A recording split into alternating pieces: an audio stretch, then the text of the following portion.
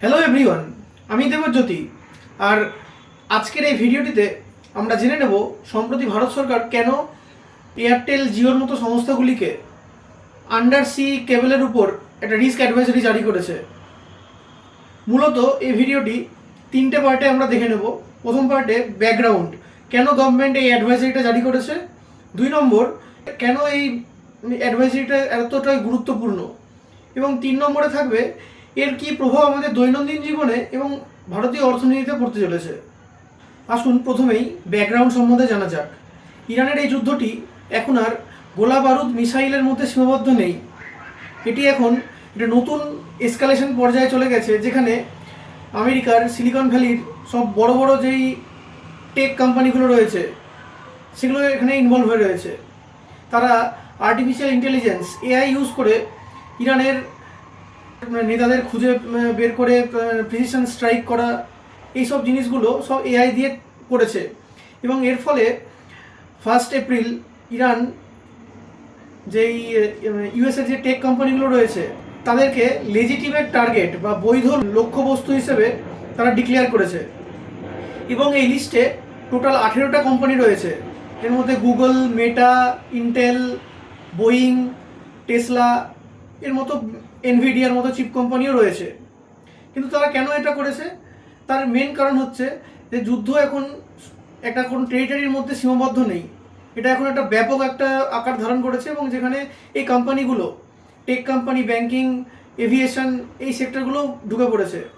এবং খুব স্বভাবতই যে তারা এইসব কোম্পানিগুলোকে অ্যাটাক করা শুরু করেছে। সম্প্রতি খবর অনুযায়ী অ্যামাজনের 2টো ডেটা সেন্টার, যেটা বাহারিন এবং ইউএইতে ছিল, সেগুলো ড্রোন অ্যাটাকের ফলে খুবই ক্ষতিগ্রস্ত হয়েছে। এবং তাদের এই থ্রেট কোম্পানিগুলোকে আরও একটা ভয়ের কারণ হয়ে দাঁড়িয়েছে।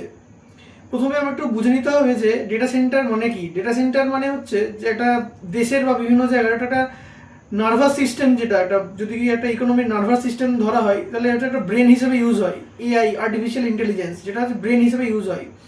এবং ইরান সেই ব্রেনে কিন্তু গিয়ে অ্যাটাক করেছে।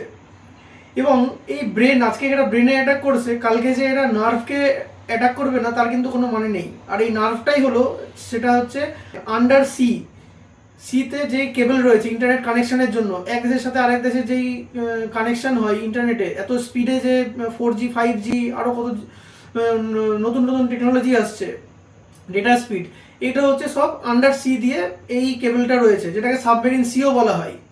তো এইটা হচ্ছে নেক্সট টার্গেট হতে পারে। তার জন্যই ইন্ডিয়ান গভর্নমেন্ট এই অ্যাডভাইজারিটা জারি করেছে। সেকশন 2তে আমরা দেখে নেব কেন এটি এত গুরুত্বপূর্ণ। আন্ডার সি কেবল শুধু 95% গ্লোবাল যে ট্রাফিক, ইন্টারনেট ট্রাফিক, সেটা কন্ট্রোল করে। তার মানে বুঝতেই পারছেন যে ইন্টারনেট কানেকশন, কমিউনিকেশনের জন্য এর কি ভূমিকা রয়েছে। এবং ইন্ডিয়ার যেই ইউরোপ, মিডল ইস্ট বা আমেরিকার সাথে যে সংযোগ রয়েছে বা রক্ষা করা হয়, সেখানে হরমুজ প্রণালী এবং রেড সির যে বাব এল ম্যান্ডেব বলে যে জায়গাটি, এই দুটো চোখ পয়েন্ট অ্যাকচুয়ালি। তো এই দুটো খুব ইম্পর্টেন্ট হয়ে যায় এর ক্ষেত্রে, খুব একটা স্ট্র্যাটেজিক্যালি খুব ইম্পর্টেন্ট এই দুটো জায়গা। এবং তার ফলে কোনো যদি অ্যাটাক বা কোনো কারণে যদি কোনো কাট হয়ে যায়, বা কোনো সি মাইনের ফলে যদি কোনোভাবে ক্ষতিগ্রস্ত হয়, তাহলে কিন্তু ভারতের সাথে গোটা বিশ্বের কিন্তু কমিউনিকেশনটা গভীরভাবে ক্ষতিগ্রস্ত হতে পারে। আর এই জন্যই দিনের পর দিন এই যুদ্ধটা যেই পরিস্থিতি থেকে এগোচ্ছে, তার জন্য ইন্ডিয়ান গভর্নমেন্ট একটা উদ্বেগ প্রকাশ করে এই রিস্ক অ্যাডভাইজারিটা জারি করেছে। পার্ট 3তে আমরা দেখে নেব যে এই রিস্কটা আমার আপনার জীবনে এবং ভারতীয় অর্থনীতিতে কি ইম্প্যাক্ট ফেলতে চলেছে। প্রথমেই আসে যে যদি কোনো কারণে যুদ্ধের ফলে যদি এই পরিষেবাটা যদি কোনোভাবে ক্ষতিগ্রস্ত হয়, তাহলে হরমুজ বা রেড সি দিয়ে এই কানেকশানটা পাঠানো যাবে না। তার ফলে আমাদেরকে আরও বড় লঙ্গার রুট, যেটা আফ্রিকা বা সিঙ্গাপুর, অল্টারনেটিভ একটা রুট, সেদিক দিয়ে পাঠাতে হবে। তার ফলে কি হবে, ডেটার ল্যাটেন্সি, ডেটাটা ডিলে হয়ে যাবে। একটা সেম জিনিসের ডেটার স্পিড, সেটাও কমে যাবে। তার ফলে কি হবে, যে কমিউনিকেশনটা ক্ষতিগ্রস্ত হবে। 2 নম্বর, এখন সব কিছুতে ডিজিটাল ব্যাঙ্কিং, সব কিছু হয়ে গেছে, সব কিছু ডিজিটালাইজড হয়ে গেছে, ডিজিটাল ইন্ডিয়া। তার ফলে কি হবে, ডিজিটাল যে সার্ভিসেসগুলো সেগুলো কিন্তু ক্ষতিগ্রস্ত হবে। ব্যাংকিং সিস্টেম, ইউপিআই, এটিএম সব কিছু কিন্তু খুবই ক্ষতিগ্রস্ত হবে। 3 নম্বর, আইটি এবং বিপিও সার্ভিস। আমরা যারা আইটি বা বিপিও যেই সার্ভিসগুলো রয়েছে সেগুলো কিন্তু খুব ক্ষতিগ্রস্ত হবে। এবং 4 নম্বর, যে এই স্লো রেট, তার ফলে কি হবে, টেলিকম কোম্পানি যেগুলো রয়েছে জিও বা এয়ারটেল, তারা কিন্তু তাদের খরচা বাড়িয়ে দেবে এবং তার ফলে আমাদের ডেটা কস্ট বেড়ে যাবে। তাহলে বুঝতেই পারছেন, ইরানের যুদ্ধ আর শুধু তেলেই সীমাবদ্ধ নেই, সব কিছুতেই, সব সার্ভিসেই একটা ইম্প্যাক্ট ফেলতে শুরু করেছে। এবং এটি যদি আরও এসকালেট হতে শুরু করে তাহলে কিন্তু সেটা আমার আপনার কমিউনিকেশন যে কস্ট, ইন্টারনেট কস্টেও কিন্তু এফেক্ট ফেলবে।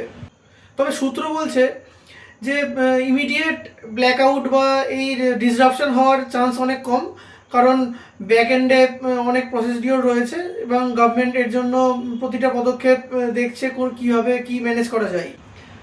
আপনার কি মনে হয়, এই সিচুয়েশনটা কি আমাদের দেখতে হবে? নিচে কমেন্ট বক্সে কমেন্ট করে জানান আপনার কি মতামত। ভালো লাগলে লাইক করুন, শেয়ার করুন এবং ফলো করুন আমার চ্যানেল অর্থোনমিক্স। Thank you.